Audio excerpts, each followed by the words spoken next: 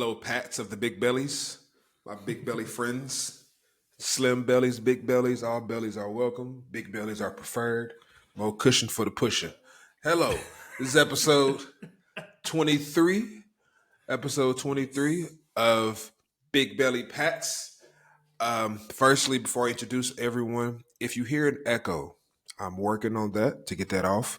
Today, you can see I'm in this luxurious paradise that is known as my sunroom, or to the Brits, conservatory. 'Cause they don't know how to say Tory. Um, so it's a nice room. I've been working in here because it's nice and sunny and whatnot. Yeah.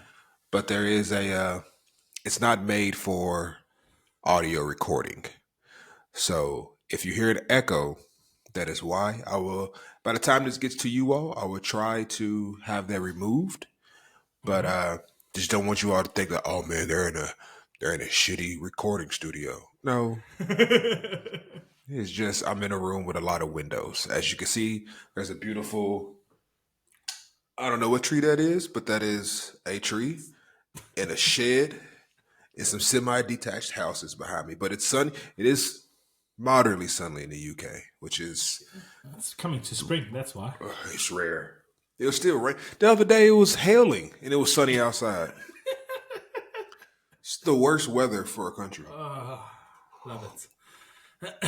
Well, I'm But still in my little place. I still got my post in the back. I haven't changed. you still touching wood?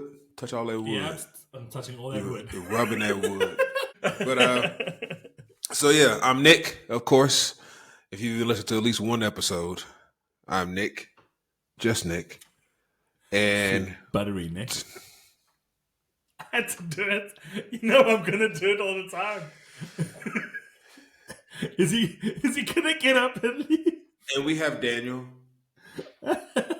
Daniel. You know when he Yeah, calls Daniel. me Daniel, I'm in trouble. We have Daniel. I hate. Oh, I'm really hoping this don't catch on. So yeah, outside of that, man, moving on over that, whatever that was. How you been, brother? How you been? How you doing? How's life?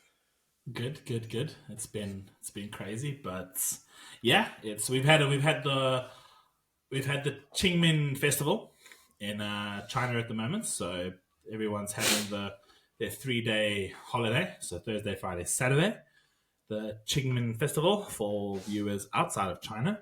That is pretty much the celebration of the deceased. So basically, during this time, a lot of people go out and celebrate their loved ones that have passed on. So yeah, most schools have taken just the 3 days off and go back to work on Sunday because China love work back days. But fortunately for me, I had an international school. I've had the entire week off, which has been actually really really cool. I've been pretty worked and stressed at school, so to have a week off before more crazy things happen at school and work has been really, really nice. I've actually been reading. That's new. We'll talk about that later. But that's Yeah. not reading. Reading is not new to me. Like I've read textbooks. I've read a lot of autobiographies.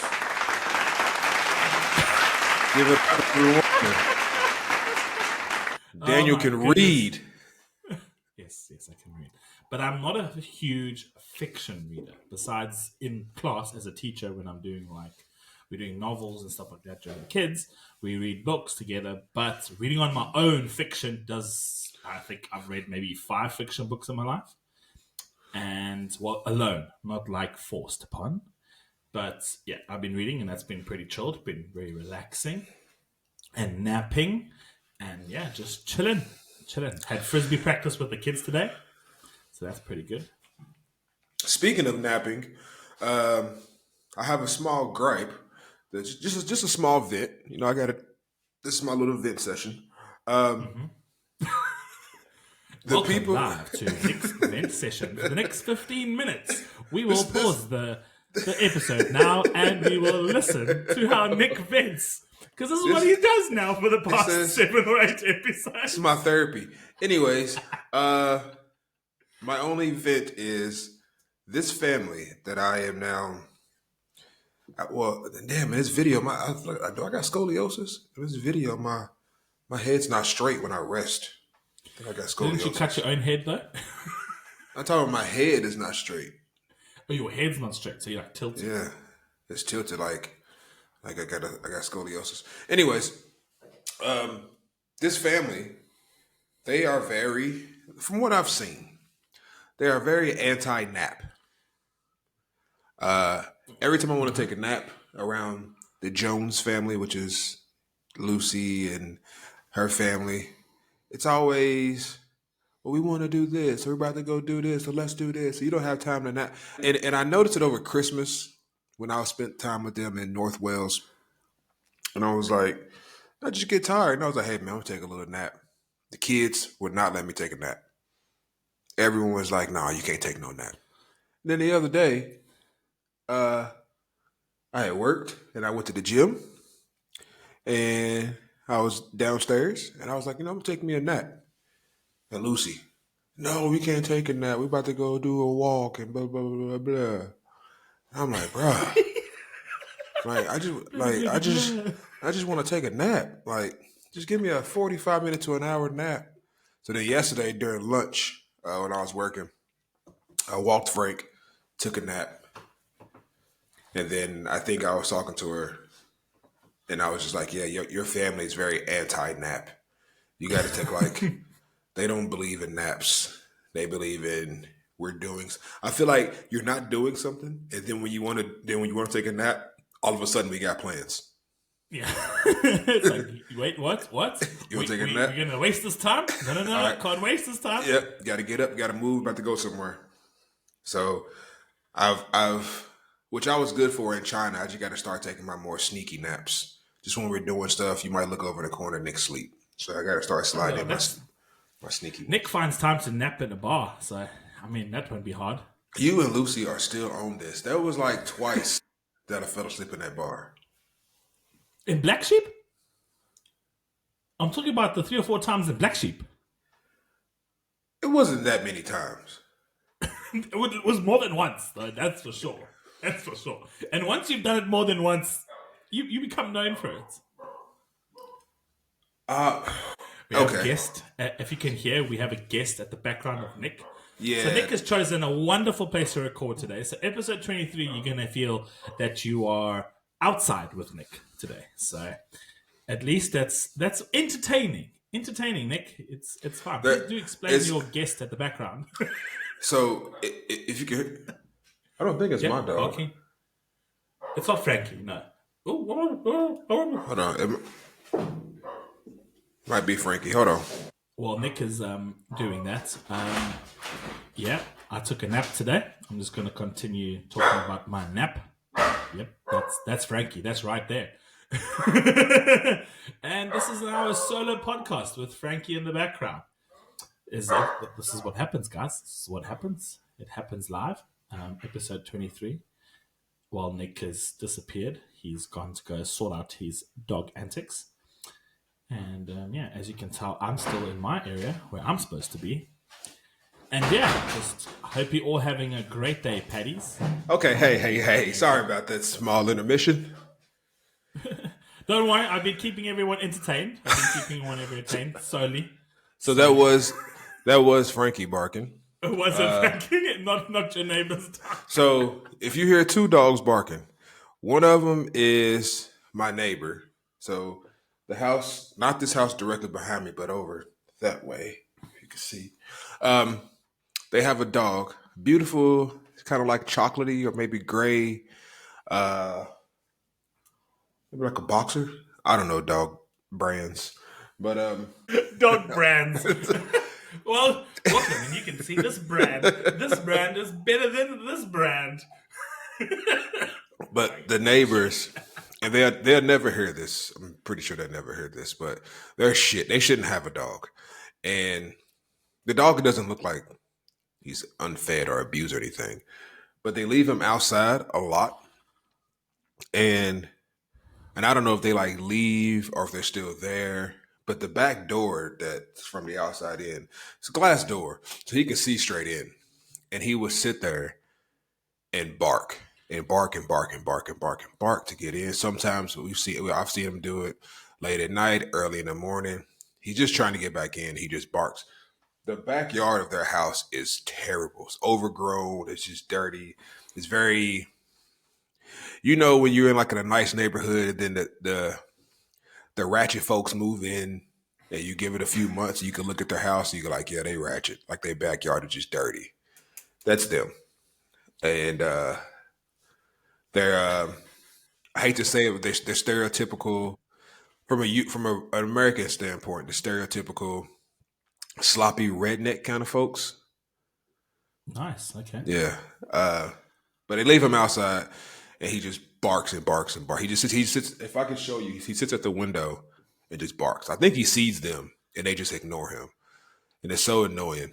So when it's summertime, I'm going to buy a paintball gun, and I'm not gonna shoot the dog. No, I wouldn't do that. But sometimes they leave like some of their windows open, like at the top. So, and then from my bedroom window, I can see down into their backyard. And when he starts barking, I'm gonna just take a paintball gun and just shoot paintballs into their window. For every bark is a paintball. All right. Okay. So when summer comes, it'll be a solo podcast because you'll be able to get your equipment into prison. Because I'll have to be like, so exclusive alert, Nick gets arrested. All right, podcast over because I don't think everyone wants to listen to just to me, Well, I'm gonna do it. Maybe when you're out of prison, I'm gonna do it sneakily under covert. You can't see me. Nick, hold on, Nick. Just explain to people who don't know what we look like. How big are you? Well, I'm gonna be in my bedroom behind the curtain in the window, and I'm gonna shoot. And as soon as it comes out the gun, I duck, so they won't know. Okay, so just to give everyone a bit of background, Nick is like 6'5", Not that 115, 120 kg, more than that, and it needs to be black American guy in Wirral in England. He is literally like us. I don't even know how to describe it because even as a white South African, I felt very intimidated in that little town of yours, being there's just too many white people. but like seriously, you are the odd one out. So if there starts to be some shit going on, they're all gonna look at you. You know they're gonna look at you. They're gonna be like, this guy came up with the idea of the paintball gun. I'm gonna just hide the gun so they knock on the door and be like, I don't know what you're talking about, man. I'm a good American man, and I don't know. But speaking of, why you worried about me? How about we go handle that dog? Maybe, just throwing it out there. Someone wouldn't shoot paintballs if someone figured out their dog problem. I'm just saying, as a suggestion. Could be wrong. I don't know. Do with what you want to do with it. So yeah. It might not be paintball, but I'm looking for something. I will this summertime. I will. Maybe just throw like I don't know bubbles. Start off lights. Start blowing bubbles into their backyard. I don't know. I'm gonna throw Frankie's dog shit over there. All right. So Nick has been venting about a dog now, but before that he was venting about naps, and I do kind of want to talk about one particular person and their napping ability. Mm-hmm. Now, it's a person who's been on this podcast before. It was our first guest, Miss Olivia.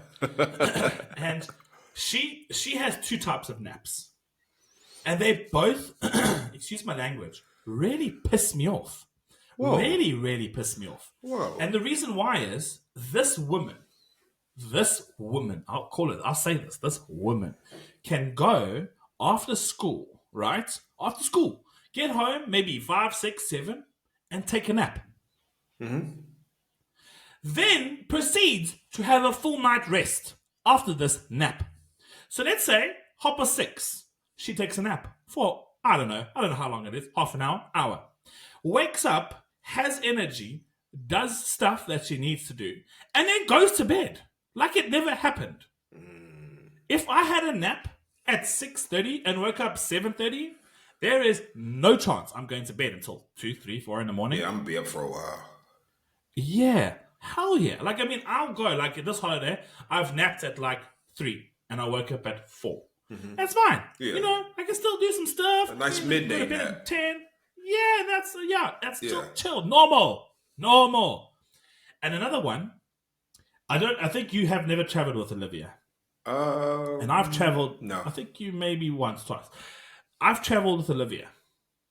This lady can sleep in transit. Oh yeah. It's I'm down for that. very. Yeah, you very similar. This is my life. Traveling with Nick or traveling with Olivia, I have people that can transition sleep. It's really annoying. It is. Why? It is. Because I can't sleep on a train. I can't sleep on a bus. I can't sleep in a car. I can't sleep on a plane. I can't. Anywhere I am sitting like a nice schoolboy, I'm sitting straight. I'm waiting, and then I must now try and nap. I'm not agile. I'm not small. I'm not thin.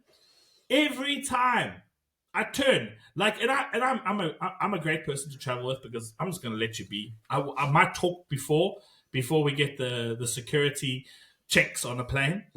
But it was quite funny. Olivia told me a story. She was traveling with her dad recently on, I think, Friday last week. Yeah, I've seen And her she was, stories.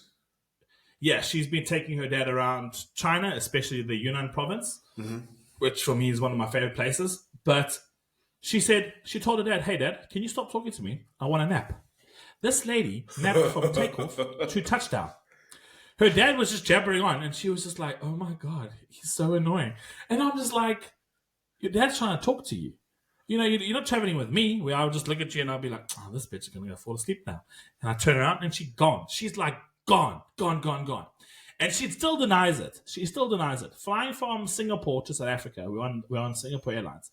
The first time in like a while, in like numerous plane travels, I have almost slowly fallen asleep and my head hits the chair. And then she's like, "Hey, Daniel, can I go to the toilet?" Man, are you joking? It's like halfway through the flight. I might get 2 hours in. No. This lady goes to the toilet. She denies it. She denies it. But she has been sleeping the whole trip anyway. She doesn't even know what she was doing. Really, really frustrating. She can just switch off. Yeah, and you are also similar. You can just hit the haystack like your little trip to Italy. You went all the way there. Most planes that I'm on, I would say 8 times out of 10, I don't make it through takeoff. I am sleep well before takeoff. Usually, if I wake up, we've been in the air for about a good hour or so. Like usually, when I wake up, I see just clouds. Like, oh shit, could have sworn I just saw we was at the building still. Yeah. Well, and then in taxis, I'm the same. Just give me a little corner because I'm already big. Just give me a little nook and let me pop my head right here. I don't know how. And I'm out. But I don't know. I just be tired, and I'm like, this is a perfect time to nap because I'm about to be bored or whatever. But I also feel like, knock on wood, not rubbing wood like Daniel likes to do. But I just feel like if something bad happens, I'd rather be asleep. Hell yeah, of course. All right. Sometimes some people can't sleep. I'd rather be out. Right? Just have a moment of silence for the people that don't just You should take you some what's those sleeping pills called? I have tried on the trip back to from in December from England to China. I bumped into Lewis on the plane. Lewis is a British friend of ours that we know from China, and he gave me a sleeping tablet. I think like a generic sleeping tablet. I dozed off, like that mid weak sleep where you're like you're not feeling your body move. You can't really move your body, but you're like, I know I'm asleep, but I'm not asleep. Yeah. So I had a few half cat nap sleeps during that trip. So it did help. Maybe I just need like maybe 5 actual prescribed sleeping tablets where the milligrams can hit me harder. I don't know. I don't know about tranquilizer dart. 5, maybe 2 or 3. 5, it'll shit. You'll never wake up. Maybe I would. Okay? Maybe I'd wake up. But yeah, napping. All right, moving on to the first part. I think we spoke briefly about this, and this is all the expat stuff. So I think one thing that I've kind of noticed recently, and it's actually something that a friend in South Korea was speaking about, as well as happening here in our city of Shenyang, and I think it is happening around the world. Now, don't take this. I'm not a statistician. I'm not writing articles about it. I'm not doing extensive research, but just through observation, and especially after the years of COVID within Asia, there has been a huge decline in birth rates. And what that means is it's that expensive. it is expensive. Having children is really, really expensive. I'm pretty sure that's not to cut you off, but I'm pretty sure that's global. Like our generation in general, we ain't having babies like that. Yeah, we're taking a lot more steps, and there is a lot of videos and YouTube videos and articles about people earning different salaries from like the 1960s and the 1980s to the 2000s. It's different. We're not able just to buy houses, cars with our salaries. It's the market. It's economic. But I think if you're an expat, and I think a lot of expats that decide to move on the whim, like like they say, one day I'm quitting my job, I'm going to go to Asia and I'm going to teach. I think it's a popular expat job to Asia that you can come and teach, and I think it's still quite a big influx of people coming in. However, I am talking from a slight experience.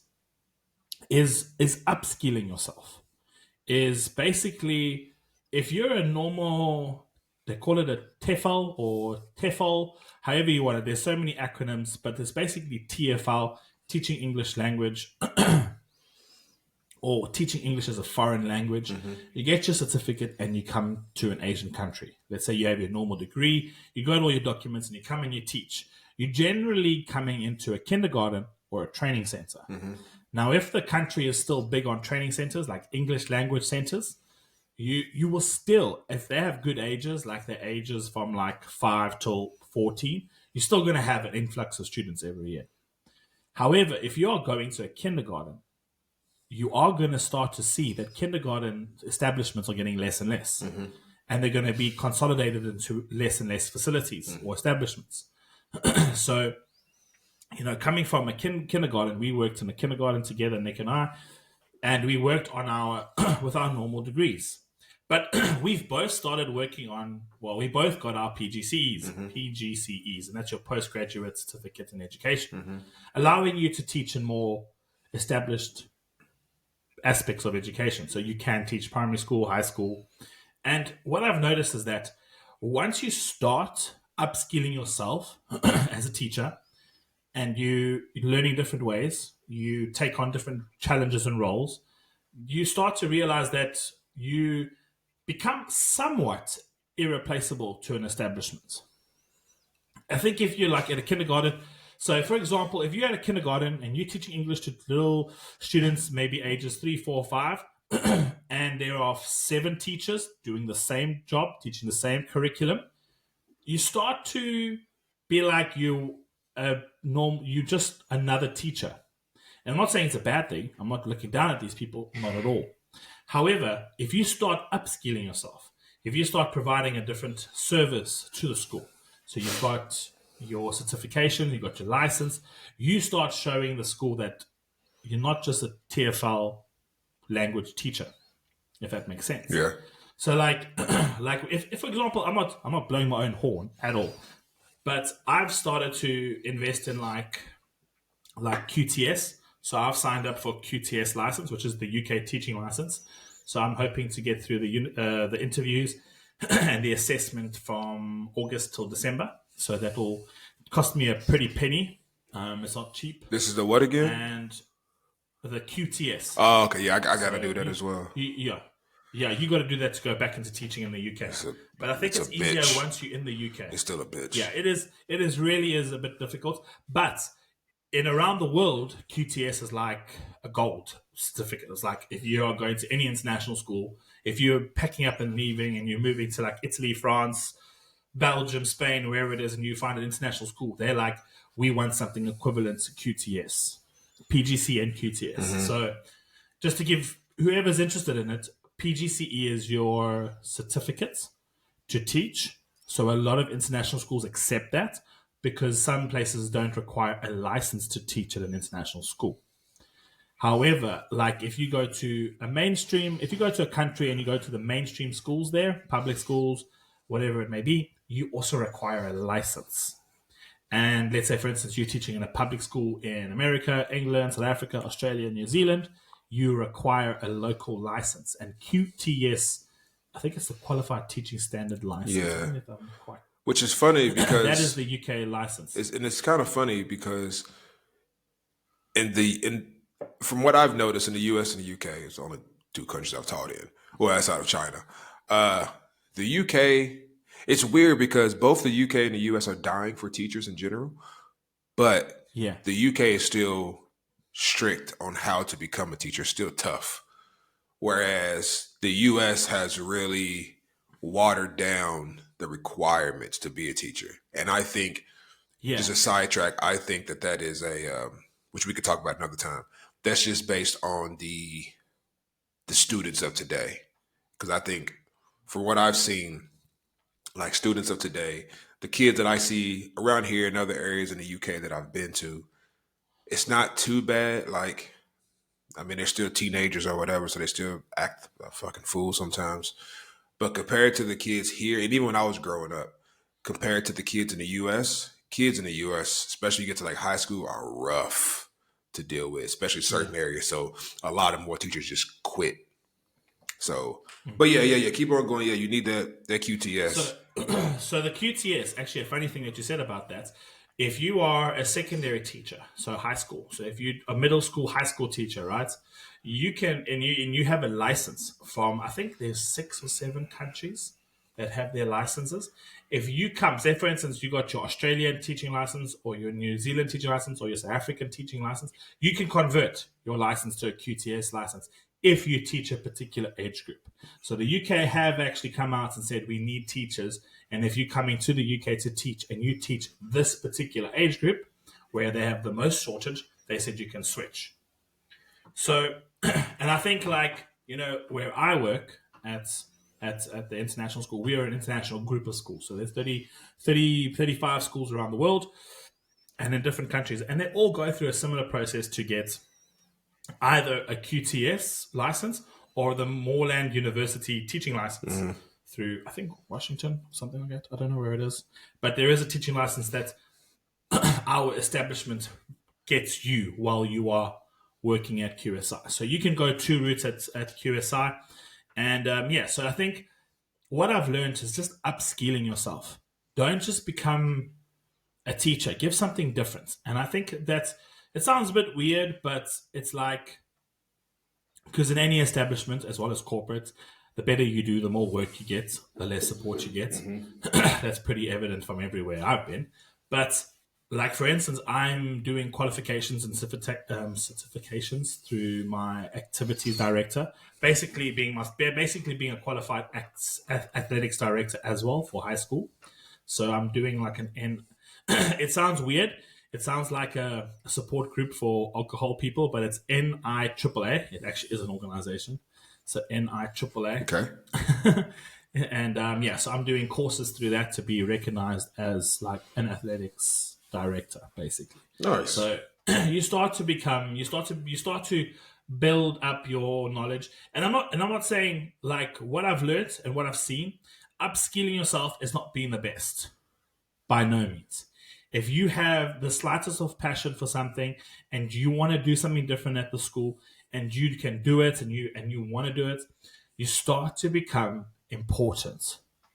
And they're going to look at that salary page of the teachers they pay. And if you have 7 or 8 teachers that are doing the same thing, you don't get cut because you are a bad teacher. You just get cut because you're number 1 on that list, basically.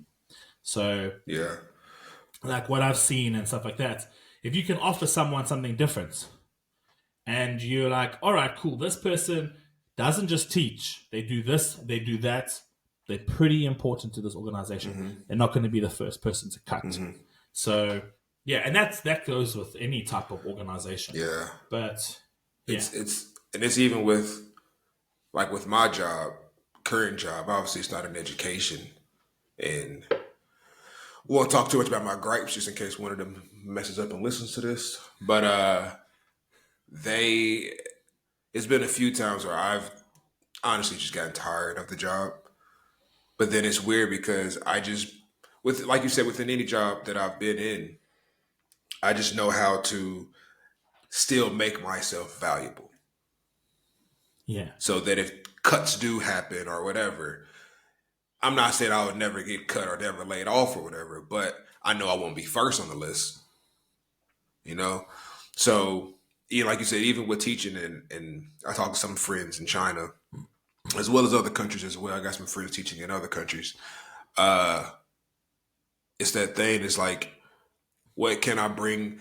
It is not so much like you need to over stress yourself, but like, what else can I bring this over the bare minimum? Because if you're just going into some of these schools, especially now, especially since COVID is done, speaking of China in general, if you're going to these places and you're like, oh, I have a degree in my TEFL, they want me. It's a lot of people that got just the degree in a TEFL in China. So why would Yeah. we waste the resources and the funds to get you over here? And then it was different when we came to China because the training centers were still going on and et cetera, et cetera. But now it's like, okay, if I'm looking at two people, y'all both got the same background, I would look at whoever's cheaper that I can get, you know? So now, like you Yes. said, that PGCE is going to help. I'm starting to work on my QTS is going to help. Like things like that. Like I know if I was to come back into China, I think I would have a good shot at getting a job based off my experience Yeah. alone, the degrees that I have, and a lot of times it's a lot. That's a lot of the times it's who you know.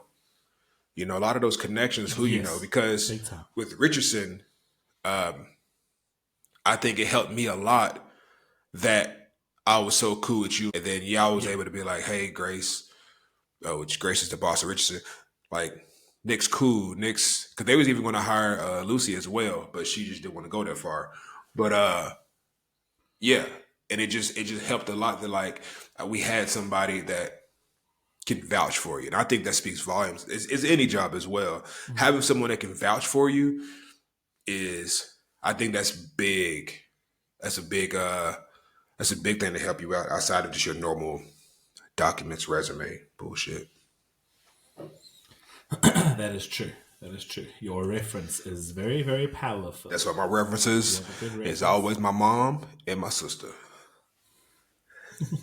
Because none of us, What happens when they say no family members? Because I've had applications where it's like no family members, please. because my mom and my sister, all three of us, we have different last names. Ah, Yeah. smart, smart, smart. So Yes. I'm not gonna say my mom and my sister's name just in case anyone listens to this. But yeah, whenever I have jobs and they're like, oh, we need a profession. I hate when they ask for a professional reference from the job that you're You gave leaving. me as a reference one time. Yeah, but you my boy. Yeah, I was a reference once. I felt privileged. I was like, Yeah. oh, my reference. Oh, I'm being You given. That's yeah. okay. You my boy though. You know what I mean? It's not like just a regular person I just used to work with. Yeah, You damn near basically a brother. So it's for me, it's just like whenever they ask for like references, it's like, oh, we need a reference from your current job. I'm not giving you my boss's information because they ain't gonna spill some bullshit about how I was yeah. late. That that is a tough one. That is a tough one. I will give you a little heads up that I was just investigating. Like just wanting to find out more. I wasn't really applying, Hmm. and I sent emails to two. So we have the network of schools, and I sent to two schools outside of China. And I was just saying, I was just like you want to see what it's all about. They had these job offers, and I was like, so what grades are they? What is their, the income? What is the living like? I asked all these nice questions. I was like, I'm not really applying. I'm at QSI Shenyang. All good. Next day, my boss comes in. And I was just like, what? Already? No, they phoned me yesterday afternoon. I was like, I emailed them yesterday morning. And they phoned. And the first question they both asked those schools, because obviously, like this network of schools, they encourage the teachers to, they can move around. You can move around and be transferred to different schools. It's not a problem. It's not frowned upon. But they immediately asked, is he available? And how important is he? Can you afford to lose him? I was like, what type of questions are those? And my boss was like, nope. Nope. To both questions. Nope. Yeah, he ain't going anywhere now. Not now. Not right now. No. And I was just like, okay. All right. I was just honestly looking. Yeah, we had which pisses me off now. Well, not now, but at the time, the training center we was working at, me and Lucy was working at. We had re-signed for another year. This is and probably worked like 7 more months before they closed, but we had re-signed for another year, and but after we had re-signed, we were talking to like a recruiting company or something, and she was like on some get us higher salaries or whatever, which now we know we don't fall down that trap anymore because they're not always the greatest. But anyway, we were just speaking to another recruiter, like, hey, what else is out there? Like we told her, like, we just re-signed, blah, blah, blah, blah. We're just trying to see what else is out there. And she was like, okay, cool. And we left it at that. And I'll be damned, not even a week later, my boss hit us up. You all just resigned. Why are you all trying to leave? I'm like, what? What are you talking about? And she was like, yeah, this company has now been reaching out and giving you and Lucy's resumes and promising this, this, and this. And I'm like, yo, like, we was just looking.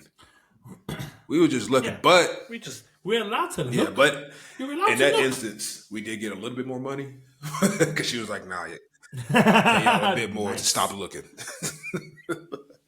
Okay. All right. That's nice. But in hindsight, I was pissed because that school ended up closing like 6-7 months later, which is also a whole other thing that I could vent about because she knew. And I had some very choice words to have with that lady. So guys, guess what? Episode 24, therapy session, will be about Nick's trading school job. And I think that is definitely worth tuning in. If you don't really listen to us, listen to this. It was great. It's juicy. It was news. great until it wasn't. I'll say that. And when it wasn't, my filter's not great. Yeah, it's like, it's like you're having ice cream and you have the first tub of ice cream. It was great. And you're having that second tub of ice cream. Oh, man, the stomach. Yeah. Yeah, I said some words to that lady. Lo and behold, we're not friends on anything anymore. I don't even have her number. I deleted everything from her. So talking about basically like working and upskilling yourself, there is a thing that you kind of need to be careful with. And I think Nick will talk a little bit about this, but it's life in general. But I think sometimes when you're an expat, you don't always have the support systems around you like you would normally have at home. You're stressed about something at work, and I'm pretty much experiencing it. Like, currently I'm experiencing it, but there is an element of like being an expat and burning out. And I think it's very, very important that's another thing, to pick the job that you would be best suited with. Now, I have a salary, but I don't have any bonuses. I think I do have one small signing bonus, but I don't have flights. I don't have rent. I don't have like big bonuses like, hey, well done, here's your bonus. Increases, I think like 3% increase. So all these things mount up. However, here's the big one. I have amazing holidays. And when I say amazing holidays, I work 180 days of the year. That's my work. So when I work, I work. But when I rest, I rest. And I think that's the most amazing thing that I've experienced in this past year and a half with my current international school, is that I get paid during holiday, but everyone is on holiday. No one's trying to phone anyone. No one's trying to do anything. No one's trying to open anything. Mind you, this holiday that's been going on is a bit different because we've got events coming up. So, but you're not teaching. Right. You know, you're not trying to give extra work or there's a parent phoning you or whatever. But as Nick is going to bring up and talk about, is a burnout, and it's something that you kind of want to. It's we're not superhumans. We're not all going to know, but it can creep up, and it creeps up like stress, and before you know it, it's part of your life, and you're going through it. And I think like Nick will talk more about it, but I think like hopefully he does listen to the show. I think he does listen a little bit. But my great friend from South Africa, he's a psychologist, Charles Malanga. Shout out to him. I want to get him on the show because he does a lot of mental health advocacy. So he's pretty like he's a great person for that. And if you can come on and talk about it and give any tips, it'll be really, really awesome. But yeah, just a burnout. Be careful. It can creep up, and it creeps up on anyone and everyone. It's, I would say, so like you were saying, like what Daniel was saying, that, he works 180 days. When he's off, he's off. That's his time to relax. And speaking off of that point, if you decide to be an expat in a different country or whatever, once you're working, you're going to have to sign a contract. No matter what field of work you're going into, there's going to be a contract. I advise you read through that contract, all the terms and conditions, bullshit, and if you can, get like a lawyer or someone in law to also read that knows the laws. It will help you a ton. It's a great investment. I recommend doing it. I didn't do it on my first contract, but on my other contracts, I most definitely had a lawyer read through this shit. But anyways, when you're doing those contracts, make sure that, like speaking off experience, I had 2 contracts my last time at Richardson, my last school that I was at in China. And one of them was a lower salary, but this bonus and a housing bonus and housing bonus and a travel bonus and a flight bonus. And if you do this, you get this much money. If you do this, the other one was just flat. This is your salary. There's no bonuses. These are the days off. Boom. I said, give me just that flat salary because I don't like playing with bonuses. Because to me, it means it's a bonus, but you also might not get it. I don't want especially during COVID, there was like a flight bonus. I don't want a flight bonus because we can barely go anywhere. I don't want a housing or rent bonus because at the time I'm splitting my rent and it's not even expensive. So Yeah. I said, bun all that bonus bullshit. I won't get this number. This is the number that I won't pay into my account every month. And they said, cool, we got you. I didn't have as many days off as Daniel. My job, as Daniel, you could tell, I don't think it was as stressful or maybe as intensive as your job now at QSI. But I didn't really mind it because at Richardson, there were so many lulls during the day that I really was working. Like I could take naps during work. I can take naps. I can find a sneaky closet or a couch somewhere and I can pop a nap for a good 30, 45 minutes. But so I wasn't really stressing about the days off because the job was fairly easy and I enjoyed it. Going on towards the burnout though, I advise people who is going to work in these different countries because obviously you're away from your friends and your family. You're away from your circle. Now, we spoke on earlier episodes before, find a circle. Find an expat. And it doesn't, I say an expat circle because you might find people that's from the same country you're from or going through similar things. But even like a circle of locals, like we was in China, there's Chinese people that I still talk to today that are great friends of mine. We didn't go through the same things, but just people you can chat with. Mikey hit me up the other day. Greta's Mikey. We was just chatting, So that's always solid. Just have a circle, and or have different. I had different circles. Daniel was in a few. Then there's some that are completely different than Daniel that I was a part of. So it's good to have your circles, but that burnout can be real because ideally you're going into these new places and you're alone. You know, you're alone and things are going to happen, job situations, it's a different culture you're a part of, possibly a different language, currency is different, the way they do, you know. I can tell you my first I I didn't really get burnt out. The only time I got burnt out was probably my first 2 months in China when I was like, I hate this place. This place is shit. Fuck this place. I'm going home. But it took me. This is before COVID. I had to just realize I this ain't the U.S.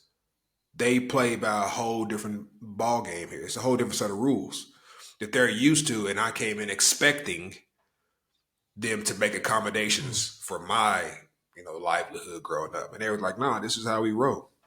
So I had to get used to that real quick. Once you got used to that, though, it was solid. The whole like in China, a lot of like here in the UK and the US. I don't know about South Africa. When you pay rent, usually you pay monthly, or you pay mortgage, you pay monthly. Yeah. In China, some places you can pay monthly, but most of them is like every 3 months, every 6 months, every some places you got to pay the whole year out. You know, some places they want 3 months rent up front plus an extra month for deposit. So that's 4 months you're paying for. So, and that was just things you just had to get used to. The registering the police department. Some things maintenance wise, you might got to be on your own because the maintenance man is also the security guard, who's also the plumber, who's also the delivery guy, and it's probably some 85-year-old man type shit. So you got to figure it out on your own. So I think it's just that's the livelihood, and then the burnout with working. If you go into these countries, just please find a job that you know that you will enjoy doing for at least a year, because the burnout can happen. I have friends, and Daniel can attest to that. We have friends that are teachers, and then at some point they're like, "I hate teaching. I hate this job. I hate Yeah. whether it's a job, whether it's the school, et cetera, et cetera." And I'm not saying there was nothing against it, like they didn't do their research or nothing, but they might have just got burnt out. Friends and family, you might got stuff going on back home. Uh, I know I was fine, and then when my brother passed away, and Daniel was there the day that I found out, thankfully. Uh, but when he passed away, like 100%, I was looking at flights. I was ready to go home at the end of that week. I was already like, me and Lucy, I was Yeah. looking at flights. This is during COVID, and I was like, "Fuck that! Like, I'm going home because this is just." When he passed away, my grandfather passed away when I was still at the training center, and I remember when he passed away, I went into a closet. I found a closet, like a legit storage closet, that just dusty, full of bullshit. And I sat there and I just like cried for like 20 minutes on the phone with my pops. My pops told me, and there was a time also that I was like, I'm going home. Like I'm fuck all this. I'm fuck the money or whatever. I'm going home. But I had people Yeah. that kind of talked me down off that ledge, quote unquote, that helped me stay there to kind of help me get through that. So I the burnout is real. I just think the number one key for that is have people that you can trust, that you can talk to, whether it's at home, whether it's I think it's better to have people where you're at, just have a circle, because you just don't want to be alone going through that shit. You don't want to be alone going through a No. job that's trash or a boss that's trash. Like I would have quit First Sleep if it wasn't for Lucy. Lucy talked me down from a few text messages that I was sending my bosses about to be like, you can eat a bag of shit. And Lucy was like, "No, don't. Let's not say that." So let's be yeah, civil. Let's it was be a few times I'll civil. write a message and then I'll have to give my phone to Lucy, and then she had to proofread it, and then she would take things out, put her own spin on it, and then we would send it. So my message got across without the disrespect. So, um, but yeah, man, and I think it's serious. And I'd imagine it might be easier now, and I don't want to take that away from anyone. But I know during COVID it was tough because Yeah. a lot of us were stuck in our house. teaching online, so you still see your kids or your teachers, but you was in the house, and the online classes were It's the not the online same. classes were not as long because fair enough, the parents didn't want their kids looking at a computer screen for an hour or 2 hours. So I get it. So your normal hour class might be 20 minutes, 30 minutes, or whatever. I think some of them were like 40, but they're like a 20-minute class break and then 20-minute class, something like that. Um, but you're alone now. Thankfully, at least for me, I had Lucy with me in my crib. So we weren't really alone. We had each other. Sometimes we might get annoyed at each other, want some space. We just go to opposite sides of the apartment. But I still had somebody there, even though everybody might have their gripes, but there was still someone there. But a lot of our friends were just solo, stuck in an apartment by themselves. And it's only so much Netflix and PlayStation you can play before you're like, I'm tired of this. So I think mental health for expats is not big because I think at least a lot of the countries that you might go to, I think that they are. I think everyone that we might not go to. I think that everyone is at least the country that you're local of. They don't really understand Yeah. where you might be going through because they're at home, so they're just like, Yeah, they have yeah, their they're own at home, people. They're not so sure what you've right? given That up. was that was a big thing during COVID when I remember we couldn't like go home for Christmas, and I didn't get real too down and out. I was a bit sad, and I think somebody else was. I was talking to some teachers about it. I think it was like Jow Jow and Cece, and they were like, "Oh, but you're safe here. Why would you don't need to go home? You're safe." And I'm like, "Yeah, I'm safe Yeah, here, but you can go and go hug your mom. I can't do that. that's true. I got to talk to my mom through FaceTime for the 10,000th time. You can go have family dinners. I can go have dinner. Don't get me wrong. We will have dinner. Greta's making a bomb ass meal, and I got my friends. But nothing. Daniel could attest to this. Nothing against Daniel and Greta and Lucy, all my friends. That's still not my mom. That's not my sister. That's not my dad. That's not my grandparents. It's Yeah, not my that's family. The family. people that came way before my friends. So it's not the same. So Yeah, you miss that, and I think that, and I've seen a few times that does affect people. That affects people, and it might be easier now because COVID is ideally done with, so you can probably travel home. But it's still expenses. You still got to find the time to do it, and even still, like you might be working and everything is fine. You can travel back home. Something might happen back home. Knock on wood, but some of your family might yeah. get sick, and I got a call. I think I was talking to you about it. My aunt was in the hospital, and she didn't have. She's fine now, which I don't really feel too bad about because she's putting herself in these situations. So it's kind of hard to feel bad about somebody who doesn't Yeah. want to help themselves. But if she were to pass away, like that weekend, because she was not looking good, that weekend that I found out, I can't just fly home that weekend. You know? No, you can't just Yeah, I pick it can't up and just go. I got to plan that. Outside of the finances, finding a cheap enough ticket because tickets, you know how it is. You buy a flight ticket on Monday for a Saturday flight that week. Oh shit, you about to pay a couple grand.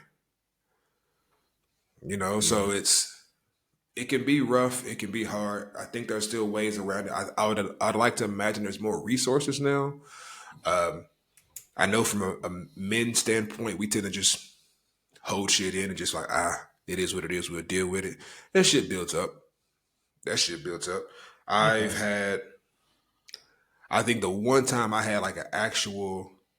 I don't know if it was like a panic attack or anxiety attack or a breakdown that I can remember was this happened twice. Once before China, and this is maybe like a month before I was to like go to China. And at that time, I just had so much shit going on, like trying to balance the China and Yeah. finances and paperwork. Then I was still working at home, living with moms. It was just so much. And normally I'm just like, it is what it is. But I just remember that day. and I could just feel it swelling. I was at work, and I could just feel it swelling up in my chest. And I'm like, what the fuck is going on? Like, my heart started beating. I didn't know what the hell was going on. And I went out to my car, told my dad. He came out to the car, and I never cried in front of my dad. And I don't know why, dude. I just broke the fuck down. I didn't know what the fuck was going on. And I just like broke down, boohooing, sobbing.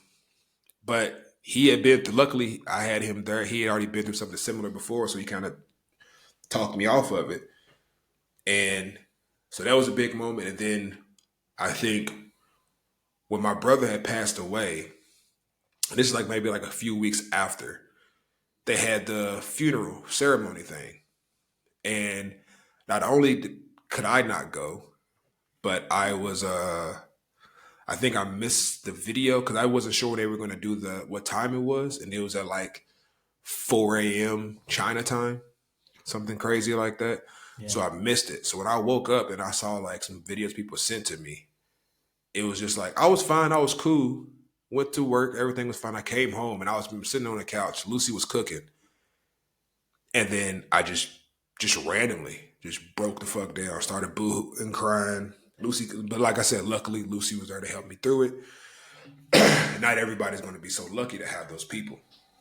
So I know I've been talking for a bit, but yeah, man, it's that burnout can get real.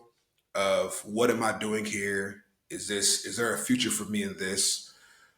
You know, you get so, especially when you've been in it for so long, you have all these thoughts. I'm just like, what's the next step? That's what we've talked about before. Please have a future plan, a backup plan, something. Because it's not always, in these countries, it's not always guaranteed to work out. Like your visa, you got to redo that visa every year, at least in China. And if your job could just be like, hey, we like you, but we're not redoing your visa. You know, you cost too much. We talked about it earlier. You cost too much. We found somebody that can do your job for half price. No offense to you. We done with you. You got to find somebody else to get that visa before your visa expires. I think, would you get like a month grace period after it expires, something like that? Yeah, you got a month. And if you don't figure that out by then, you out, brother. You got to go home. Yep. So you're done. And I would hope that if anyone runs into that situation, have a plan. Have a plan, have a plan, have a plan. When I had left First Sleep, my training center, they were on some bullshit towards the end. But the one good thing, the one good thing that they did do was they told us all, like, we're shutting down. Everybody's getting laid off. But they gave us all, and they gave us enough time if we were willing to sign this little, because we were all entitled to severance packages. But the school, and this is some schools will try to do this, they were on some, sign this letter to say that we are resigning, therefore giving up your severance package. But if you do that, we will give you your paperwork and your documents to help you get to another school. But they were heavy because they were like, if you don't want to do it and you want to fight us through the courts for your severance package, it's going to take a year. Your visa's going to expire before then. So they were like, if you want your paperwork, give up your severance package. Like I said, we'll talk about it later. That's when I cussed out some people. But I had it. But the severance package would have been great. It was some money that was owed to us. But I really needed that paperwork. So I just said, I signed it, said, fuck y'all. But they were legit at helping me get my documents sorted. They gave me like a month and a half, 2 months to find a job. I found Richardson. I told them at First Sleep, hey, I got a job. They was like, cool, give me her details. I gave them Grace's details. By the end of the week, they had Grace all my paperwork. This is all we got for Nick. And I was sorted. But I had that grace period. You know, some people, you might not. So to avoid those burnouts, have a circle, people you can trust. Have a plan, man. That when you get to these places, the money's going to be great. The culture is going to be great. Everything is going to be wonderful. They will drop your ass at the drop of a hat if they need to. Yes. At First Sleep, I used to think nobody can get fired at First Sleep, my training center. 2 people, one girl was only there for about 4 months and they fired her. Granted, she was a shit teacher. I'm not going to say her name. She was shit. They dropped her in a heartbeat. They was like, yeah, we don't care about that contract. Dropped her. And another guy that I have worked with at a school. Was you there when he was there? If you know what I'm talking about? You was there when he was, yeah. I Yeah, know yeah. who you're You was talking there about. it was towards the end of your time when he was there. He was there for a whole year that I was there. Oh. Oh yeah, he was. Yeah, yeah, yeah. Okay. Well, he didn't get dropped by Richardson. He quit. But First Sleep dropped him in a heartbeat. First Sleep dropped him. Yeah. I watched his class one time and I was just like, how in the hell did you even get a job? So, but they will let you go. So yeah, man, that mental health is real. It's especially for men. I don't think it's talked about a lot It because is. we just tend to hold our stuff in. And it might be more of a '90s kids thing. And earlier, we just taught to just hold it in and deal with it.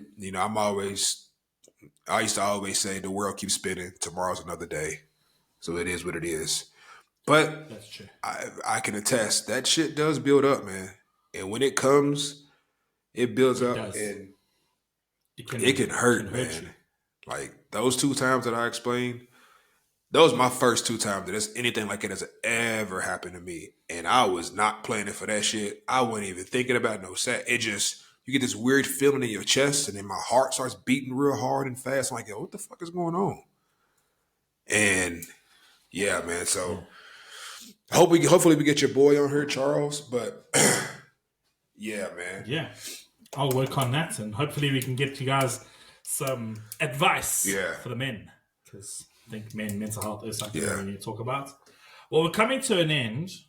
We're gonna have some dad jokes. Do you have any dad jokes? Do you have I so I had to, but my phone has died because I didn't put it on the charger last night.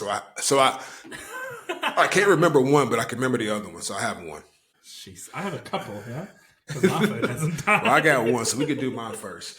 Firstly, though, I did All right. hold up to my end of the bargain. I'm on episode 5 or 6 of Avatar. I'm getting So there. you're getting there. All right. We'll talk. We can do TV Okay. shows next episode. We can do So I'm TV getting shows there on next Avatar. episode. And what else? Shogun. I'm episode. I am reading. I am reading Mm-hmm. Three Body Problem. So I'm on the second book now. What's it called? The Dark my Force. goodness, I forgot. I'm reading a book and I don't know what The Dark Force. thing is called. What is the book called? The Dark Forest. It's the prequel. It's a sequel to Three Body Problem. So before Three Body Problem, I think last episode or the episode 21, you said I needed to buy the books and read the books instead of the series. So I was on Taobao that night, got the books like the next 2 days, got all 3 books for like 140 kwai, 140 RMB, and then finished the first book. Now I'm a fifth of the way in the second book. So yeah, it's actually, for people that don't know, I'm not a sci-fi reader. I can watch sci-fi for sure. I can watch sci-fi, but I'm not a fiction reader. Like, I don't read fiction besides the books I teach my kids at school and the ones that I was forced to read at high school. So me reading a fiction sci-fi novel, never mind a series, is pretty cool. And I gotta admit, this book is really good. At one stage in Three Body Problem, I couldn't put the book down. It's never happened to me. Never happened to me. Besides, like, autobiographies, I love autobiographies and biographies especially about athletes and learning about their lives and what they've like, how they did what they needed to do to achieve it. But this fiction series has been phenomenal, absolutely phenomenal. If you don't read like me, it is definitely worth a pickup. It is a lot of sci-fi jargon and nonsense and confusing stuff that was going on. I was just like, what? I'm learning about stuff that I don't even...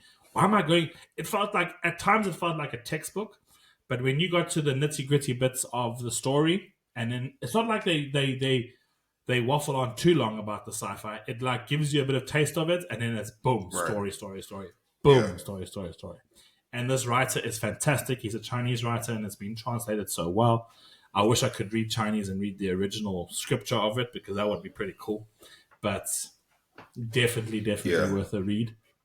I have read reviews that they said that if you want to just watch the series, you can. You don't need the book knowledge. So that's pretty cool. But after you suggested that, I've actually felt like, cool, okay. I'm imagining the series in my mind. You, right now, which is I, pretty cool. I don't want to get you. The series is good. I've already finished the first season. The series is good. It is, but because the books, if the books are all set in China, it's all in China.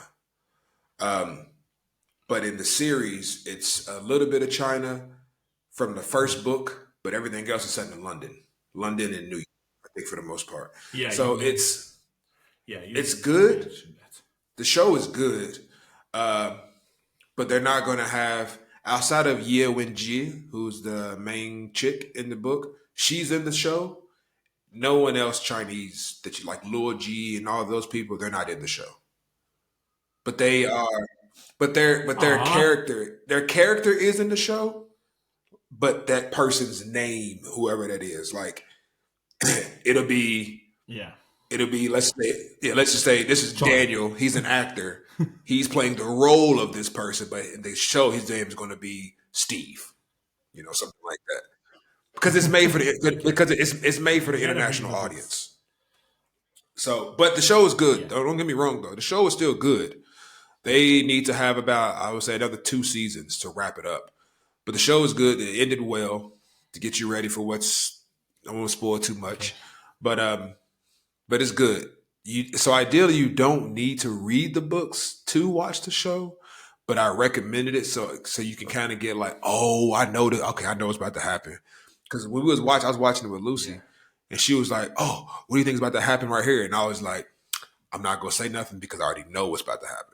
And the show I don't know what's about to happen for this show, but I know where they're going.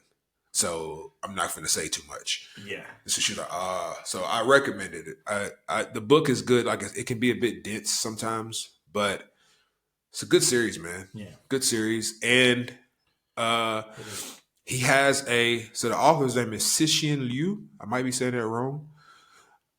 Yeah. Um, Cixin Lu. but he has like two, like outside of the series. So I haven't read Supernova. I never read Supernova. Supernova. He has one called Yeah. I'm showing Ball you. Lightning. Yeah, And I've Ball never read Lightning. those. I don't know what those are about. Um, but he has another one called Wandering Earth, and Oh, but it's not here. Why is it? I'm looking at the book now. Is it a I new don't think one? it's new because they had a movie come out, and the movie is Chinese. I went to go watch it. I think I told you I went to the movie theater in China to go see it. Um, Granted, there's another thing about China that I used to love. If you go to the movie theaters and it's a Chinese movie, they're going to speak in Chinese, but there are subtitles at the bottom. That helped a lot. And if you go to one that's Yes. Sometimes. not all the time, depending on how Sometimes. big the movie is. If it's like a big movie, Wandering Earth is a big movie. I would say if you get a chance to watch it, the movie is amazing. They are speaking in Chinese. There are subtitles, I'll look for but the it. movie is a solid, dope movie. But it's called Wandering Earth. I think there's two, Wandering Earth 1 and Wandering Earth 2. I think there's two movies. But those are good. But I recommend them, man. I recommend it. Cool. All right, let's get you going with your dad joke. Hopefully, there's no delay. That I don't All touch right. the punchline. So, my first joke is You see, there's already delay, and I'm going to not catch the is there a punchline. delay now? There is a slight delay. All But right. go. So, I found my girlfriend's Tinder profile, and I'm so tired of the lies because she's not adventurous and she's not fun to be around. Did, All did you right, catch okay. that? You can say it again? Yeah, I got it. It's not fun and adventurous because her profile doesn't say she's. For her profile says she's fun. She's fun and adventurous and fun to be around. And she's lying. All right, it took a moment. I got it. All right. My first one. I hate how funerals are always held at 9 Why? a.m. I'm not really a morning person. You don't want to mourn in the morning. Okay. Yeah. Yeah. All right. So my next one is like, I need everyone to wish me luck. I have a meeting at the bank later, and if it's a success, I'll be out of debt and I'll own Okay. everything I have now. I'm so excited. I can barely put on my ski mask. If all this goes well, I am set. Set I for like it. life. High risk, high reward. I like it. Yeah. It's a very This might be my important last one. meeting. Yeah, hopefully. That's it. Okay. Is that your last one? Or you got another one? All right. Now, the other one is pretty lame. It's pretty lame. I'll get it for you. What does a grape say when it's squashed? Nothing. It just lets out a little wine. You were waiting for that, weren't you? I meant to do it on the other ones, but I forgot. Oh my god! You should have done like if they had a pin drop. All right, there we go. I need to remember more appropriate those for the wine joke. That would have been way more appropriate. But yeah, but all right, big bellies, all you fat belly people, and you people with no bellies need to eat more. Like in the words of Dwayne, Lil Wayne, Michael Patties. Carter, I'm not fat. I'm just eating good. If you got a little belly, you broke because you ain't eating good. Eat, not bad stuff though. Don't eat the bad stuff. The American food is shit. I've watched another documentary. It's not great. But eat the tasty stuff. And yeah. It's really the best advice I can give for you. But yeah, this is episode 23. Yeah. Yep. And that's it. Episode 23. This is the Jordan episode. I might make this episode called Jordan Year. That's a good one. Yeah. All right, that's cool. Yeah. Well, yeah, episode 23, Big Belly Pats. Hopefully this echo's not here. I also meant to say I cut my own hair for the first time. I need to line this bit up right here a little bit more. It looks pretty dope. I will say, is it the best haircut I've ever had? No. But for the first time I've ever cut my hair was like 2012, and I pushed my hairline back. It would look terrible. Yeah, and I haven't touched my hair since it's been 10 plus years. But now the Turkish barbers around here are shit. The African barbers are way too far. It's at the end. And yeah, so I cut my own hair for the first time and it looks good. So yeah, Big Belly Pats, episode 23. We out. We're out. Cheerio. Goodbye.